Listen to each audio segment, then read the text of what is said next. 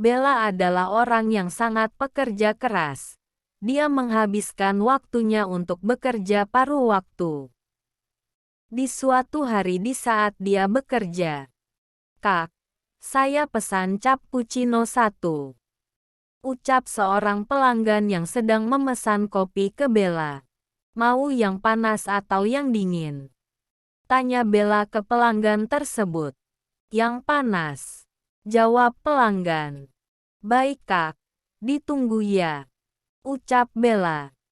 Kemudian Bella membuatkan cappuccino panasnya pesanan pelanggan itu. Setelah beberapa lama kemudian cappuccino panasnya itu jadi. "Ini Kak pesanannya. Harganya 15.000," ucap Bella sambil memberikan pesanannya kemudian menerima uang dari pelanggan tersebut dengan uang pas. "Terima kasih Kak," ucap Bella sambil memberikan senyum manisnya itu. Itu adalah pekerjaan paruh waktu Bella di pagi hari yaitu sebagai barista cafe. Setiap pagi mulai dari jam 7 Bella berangkat untuk bekerja di cafe sampai jam 12 siang. Kemudian setelah selesai kerja di cafe, Bella pergi lagi bekerja. Kali ini dia bekerja sebagai kuli bangunan dimulai dari jam 1 sampai 5 sore. Karena Bella adalah seorang wanita, jadi pekerjaannya tidak terlalu berat. Tugasnya seperti bantu-bantu angkat barang, menembok dan mengecat. Bisa dibilang Bella adalah satu-satunya pekerja wanita yang masih muda dan cantik di pekerjaan itu. Kebanyakan pegawai kuli di sana adalah bapak-bapak walaupun ada juga beberapa pekerja wanita selain Bella tetapi usianya di atas 40 tahun. Di saat jam istirahat tiba, Bella dan pekerja lainnya memakan bekal makan siang mereka sambil mengobrol. "Nih Bella, kamu harus makan yang banyak biar tenaganya kuat. Soalnya ibu sudah kenyang," kata Bu Susan, pekerja. "Wah, makasih banyak Bu," kata Bella sambil menerima lauknya. "Biar kuat. Aku gak boleh lelah soalnya masih ada pekerjaan lain setelah ini," sambung Bella sambil tertawa kecil dengan mulut tertutup. "Emangnya ada berapa pekerjaan paruh waktu yang kamu lakukan setiap hari?" tanya Pak Darto, pekerja, sambil makan. "Kamu itu lulusan sarjana. Kenapa kamu hidup dengan bekerja paruh waktu seperti itu?" sambung tanya Bu Susan, pekerja. "Menurutku sia-sia membuang-buang waktu dan uang hanya untuk mencari pekerjaan tetap. Jadi lebih baik aku mengisi waktu luang dengan bekerja paruh waktu daripada menganggur," jawab Bella. "Benar. Kini sudah banyak yang bergelar sarjana tetapi nganggur. Mereka akan dipecat saat berusia 40 tahun tidak peduli seberapa keras usaha mereka," ucap Pak Syarif, pekerja. "Saya dipecat saat berusia 39 tahun," ucap Pak Darto sambil menunjuk ke dirinya sendiri. Pak Syarif adalah mantan karyawan di perusahaan gadget sebagai staf marketing. Kemudian Pak Darto dulunya adalah karyawan di perusahaan besar di bidang fashion. Sedangkan Bu Susan adalah mantan istri dari seorang pengusaha yang bangkrut dan akhirnya suaminya bunuh diri.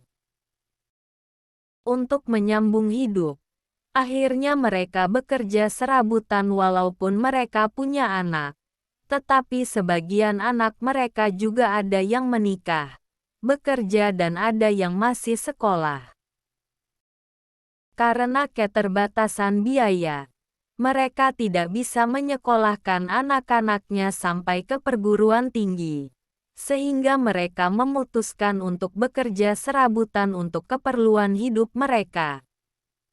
Jam 5 sore pun tiba dan pekerjaan Bella pun selesai. Kemudian Bella pulang untuk beristirahat sejenak. Setelah sampai rumah, Bella mulai makan agar tenaganya pulih kembali dan pergi mandi untuk siap-siap pergi bekerja lagi. Kali ini Bella bekerja sebagai pelayan di sebuah hotel berbintang 5 dan kebetulan hari ini ada acara besar di hotel itu. Di dapur Bella sedang menuangkan beberapa minuman sampanye ke dalam gelas untuk menawarkannya ke para tamu acara sembari mencuri-curi sedikit meminum sampanye itu. Kebiasaan Bella ketika sedang berada di dapur. Sesekali dia mencuri-curi dengan menyicip sedikit makanan atau minuman yang akan diantarkan ke tamu. Di suatu ruangan acara di hotel tersebut ada seorang pengusaha yang bernama Pak Ridwan, di mana dia merupakan tokoh utama dari acara itu. Dengan berpakaian rapi memakai setelan jas mewah berwarna putih sambil berjalan sembari memasukkan kedua tangannya ke dalam saku celana. Berjalan-jalan untuk menyambut para tamu yang hadir. Kamu hadir rupanya. Sudah lama tidak bertemu. Ucap pengusaha itu sambil berjalan menuju tamu yang dituju. Di saat yang bersamaan. Halo. Ucap Bu Mega istri dari Pak Ridwan. Menyapa tamu yang ia lewati di sebelahnya sambil mengikuti suaminya yang sedang berjalan di depannya. Halo Pak Ridwan. Selamat ya. Kata tamu tersebut sambil bersalaman.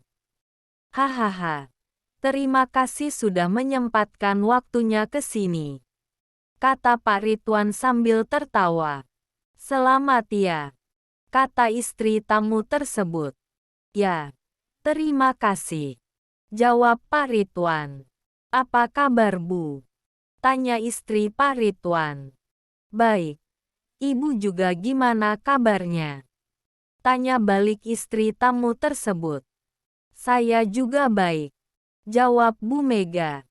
Ibu cantik sekali malam ini. Kata istri tamu tersebut memberi pujian ke Bu Mega. Terima kasih.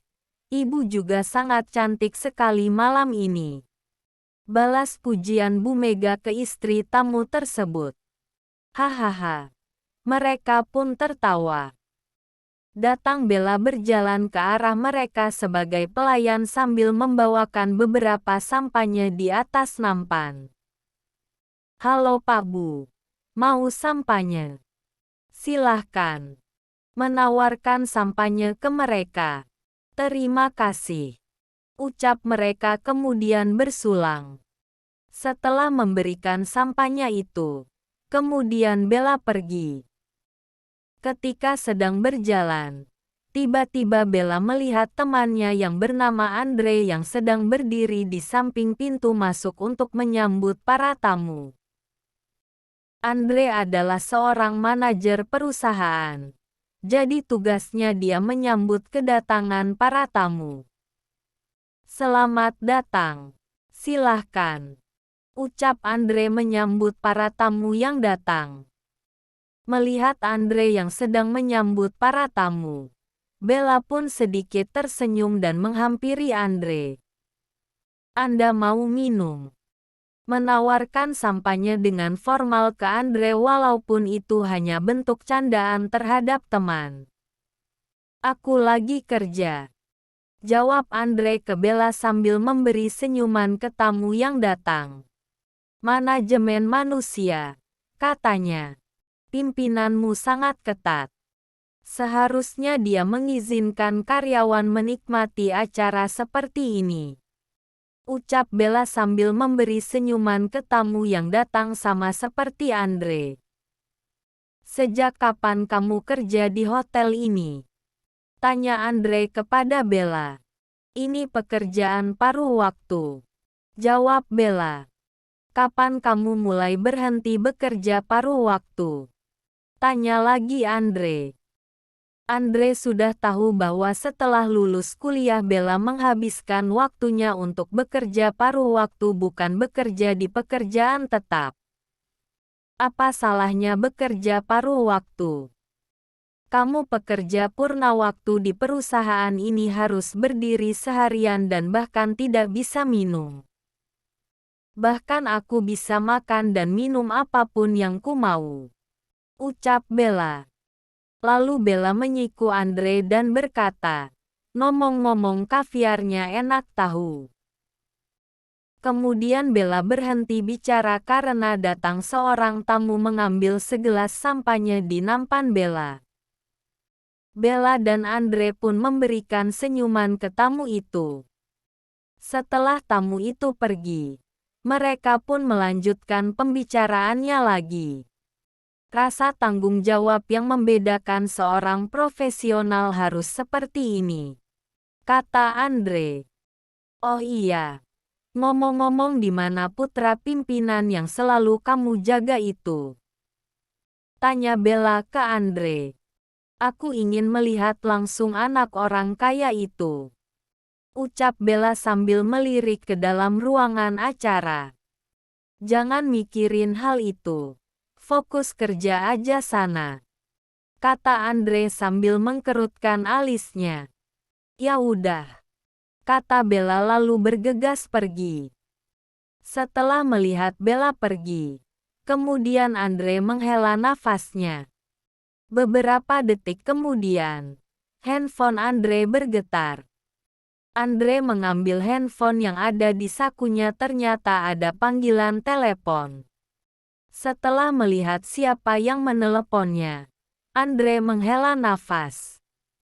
Kemudian Andre bergegas pergi menjauh dari ruangan acara itu.